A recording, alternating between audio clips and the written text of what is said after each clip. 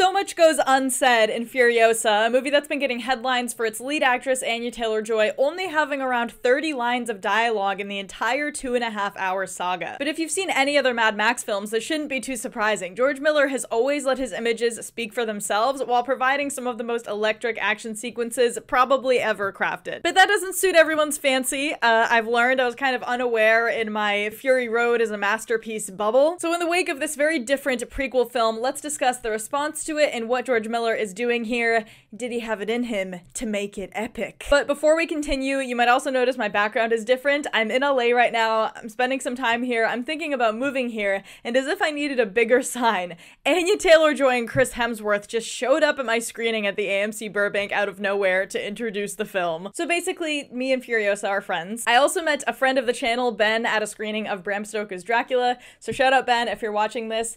But when it comes to Furiosa, despite that star power of Anya and Chris, it's said to be underperforming at the box office, especially with its budget of about $170 million. And I think there's been some disinterest based on the trailer and based on the fact that it's a prequel, and I will say, this is not Fury Road 2. They're very different films, despite both of them really being about Furiosa, who's played by Charlize Theron in Fury Road. But rather than this straightforward action adventure, Miller structures Furiosa like mythology or like a fable being passed down. It feels biblical, it's told in chapters, it's much more narratively ambitious than Fury Road, which I loved, but that also introduces a sort of nebulousness and more time away from these big exciting action set pieces that I can totally see throwing people off if they go into it expecting another Fury Road. The other big point of contention with these films is the VFX and the visual style. There is so much practical work done in these films, which is amazing, but George Miller is also very much not afraid to experiment with CGI and use it as a tool to create like a personality for this world. Some shots from the trailer were being discussed, like this one of Quaylen Bayless, instantly iconic character by the way. You might recognize him from going viral for being bullied, and look at him now. And I will say there are some like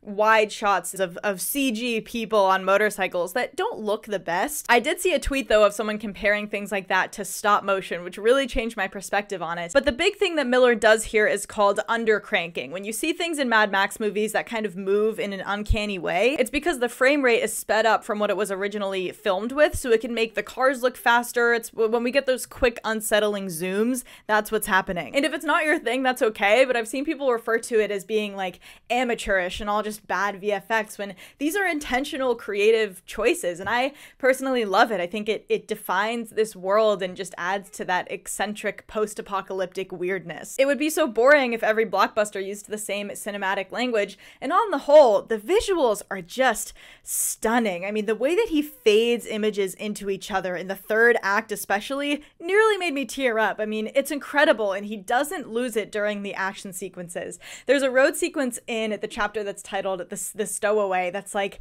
some of the most seamlessly executed white knuckle action I've ever seen, and then Miller just casually does it like a couple more times. And you guys know I'm a huge action fan, not to be corny, but in the year of our Lord 2024, it still feels really special to get such a well-written and actually fully realized female action hero, or anti-hero in this situation, I guess. It really does make a difference feeling seen in that way and having a self-insert character in that way. I love that Furiosa is a resourceful survivor just like anyone else in this world, but Miller still acknowledges her experience as a woman in the role that women play in the wasteland without reducing her to that or making her a victim, and allowing her to be this larger-than-life mythological figure. And how awesome that we've now been able to see her portrayed by two legendary actresses. My friend Zach Lee also wrote a really great article about the biblical allusions in the film. It's really interesting. Zach's an expert on this stuff, so I'll link it below. Go check it out. But Anya Taylor-Joy has developed a reputation recently for fighting for female rage in the characters that she plays. She's mentioned instances with The Witch or The Menu where she said, "Why is my character crying and submitting to this? She would want to rip that person's head off." And that's just one of the reasons why she's very quickly become one of my favorite actresses working today. She just chooses really great roles, but this feels like the moment where she kind of like became this untouchable superstar. The obvious is that, in light of the fact that it's kind of a central point of the plot that Furiosa doesn't speak much, so she's doing things with just her eyes and expressions here that most actors can't do with every tool at their disposal. But something else I really liked is how much she clearly paid attention to her Furiosa as an extension of what Charlize Theron created in Fury Road, down to her voice and mannerisms. I mean, a lot of people have been saying they really thought it was like ADR done by Charlize Theron at the end because her voice just sounds so much like her. They obviously don't look exactly alike, but with suspension of disbelief, I really believed that I could be watching the same person because of those small details. And round of applause for Chris Hemsworth, who I've always known is a great actor, but I love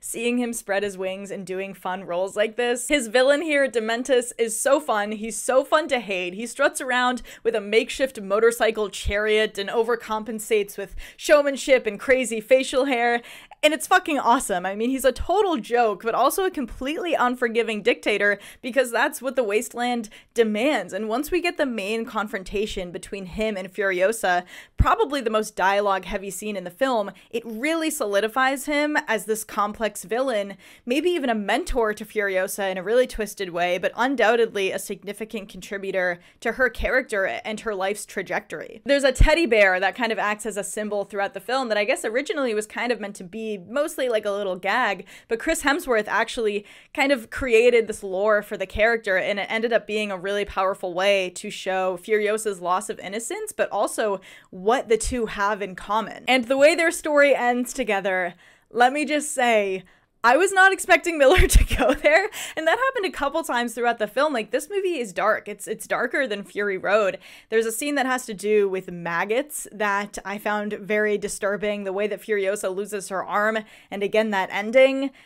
Just be ready for that, but it's really intense. And Mad Max just has the coolest villains. I mean, I love that Immortan Joe is in this film, even though he's not central to it, and he's not made central just to capitalize on audiences having familiarity with him. And it's something that George Miller does really well.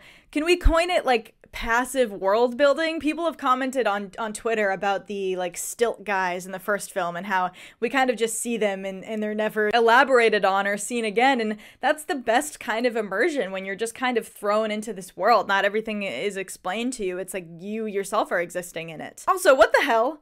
Tom Burke is so cool in this movie. I didn't know that he was going to play as significant of a role as he does as Furiosa's partner for a lot of this.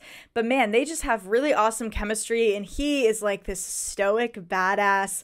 Make him Snake immediately. I loved him. Charlie, I think Fraser, who is just in Anyone But You, kicks so much ass in this movie. I mean, Angus Sampson. Huge shout out to Elila Brown, who plays young Furiosa. I think one of the biggest surprises for me, and maybe where my one issue comes up with the film, is that we don't actually see Anya Taylor-Joy until like an hour into the movie. I mean, we get this really extended backstory of her when she was a little girl. So Elila Brown has to carry a significant portion of the film, and she does an incredible job. There are so many spectacular performances here. I mean, the score is epic, it's character driven, but delivers on action while expanding this world. I mean, there's so much going on here, thematically, narratively, visually. I think we're really lucky to have a genius like George Miller making these movies at this scale. I don't know how he does it, but I'm going to give Furiosa 4.5 out of 5 stars. I ranked it above Challengers. It's my number 3 of the year so far. I really want to see it again in IMAX, especially now that I kind of understand the structure. I want to see if that little bit of the pacing kind of works itself out for me the second time. We'll see if my rating changes. You guys know how much I love Dune, so I don't know if it's going to sneak up further than my number 3 spot. But let me know your thoughts, guys. If you've seen Furiosa already, let me know your thoughts. Let me know if you plan on getting out to see it. If you haven't or you don't want to, I recommend it. You don't have to watch Fury Road before you see it. I think that watching Fury Road, since this is technically a prequel, it might even be more rewarding to watch Fury Road after Furiosa, but you could also watch it before to kind of give you context for what to expect, especially since a lot of people get thrown off by that visual style. But again, let me know your thoughts, guys. Sorry for the different background this week. I should maybe be doing like maybe 1 or 2 more videos with this background, so hopefully it's not too much of a bother, but don't forget to like and subscribe and keep an eye out for more videos soon. Thanks for watching.